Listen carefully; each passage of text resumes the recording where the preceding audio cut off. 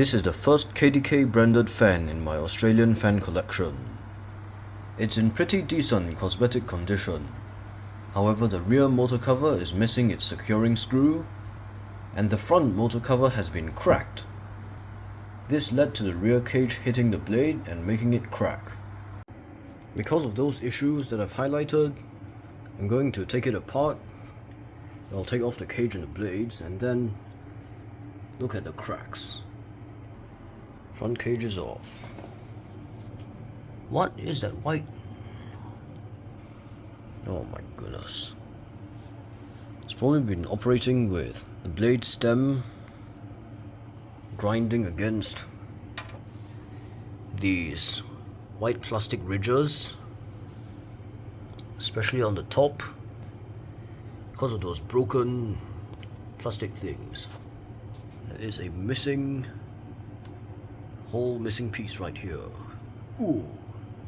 Although I'm not sure if those loose screws contributed to all the cracked plastic. Fuck.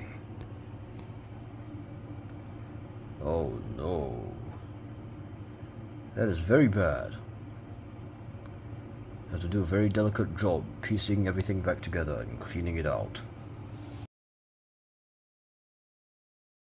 Also, it seems like oil has been coming out, all the yellowish oil, and it is a little bit stiff, and yeah, the shaft here is oily as well.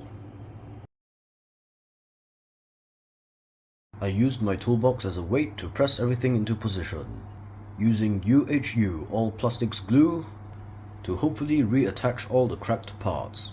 I also glued together the pieces that had fallen out, and also used some nylon washers to reinforce the structure. Hopefully it's strong enough now.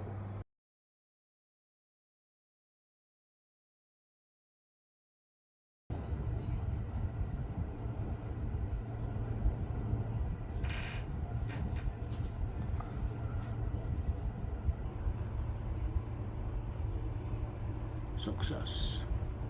You can see the front oil wick has been filled right to the brim. Very, very full.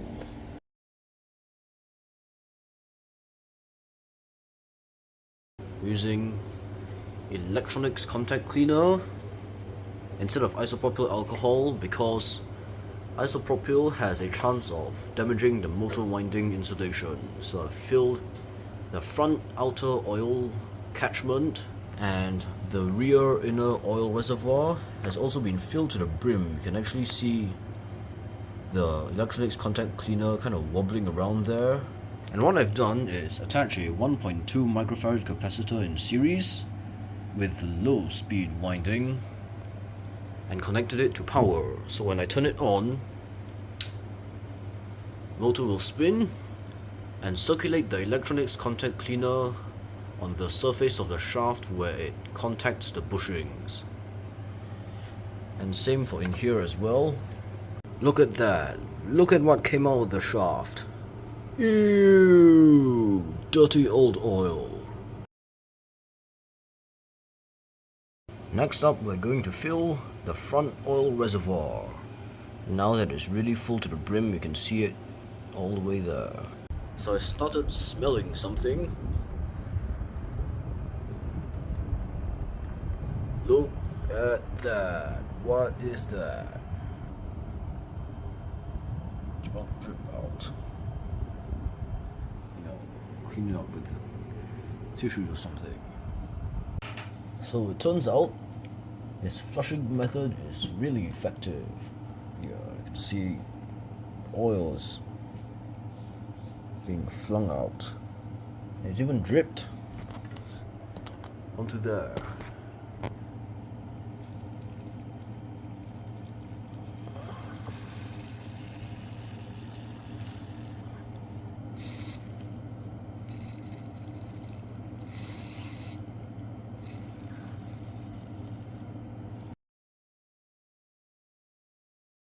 Now we are going to do the pipette oiling method, except the pipette is already on the bottle itself. Oil down the shaft into the oil wick. And we'll also apply some oil like this.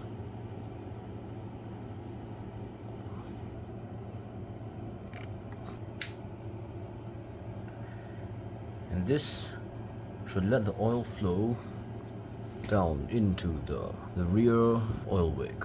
Now that we've added oil to both of the oil wicks from the inside, now we can apply oil to the outside for both. So both of the oil reserves are as full as I can comfortably fill them. Also for this one as well, it is hanging on at the bottom. We'll make sure that isn't hanging off. Okay, let's go. You can see the oil is being taken up by the oil catcher and is being swirled round and round. So as long as it keeps moving, we can add more oil without it overflowing at the bottom. I've reinstalled the rear cage. I've also added some washers so the threaded part of the front motor cover doesn't get pulled out too hard and dislodge the glued together parts when tightening the cage nut. Cage nut has been tightened quite gently, but barely enough to be secure. I don't think it will unscrew itself. And now there is enough clearance, the leading edge of the blades don't scrape the spokes anymore. And here I am not surprised if this was the blade that hit this spoke and caused it to chip and crack. I'm not surprised if that's why this spoke is bent so badly. Before I put on the front cage and put even more weight on the motor mounting plate, I'm going to test the 3 speeds.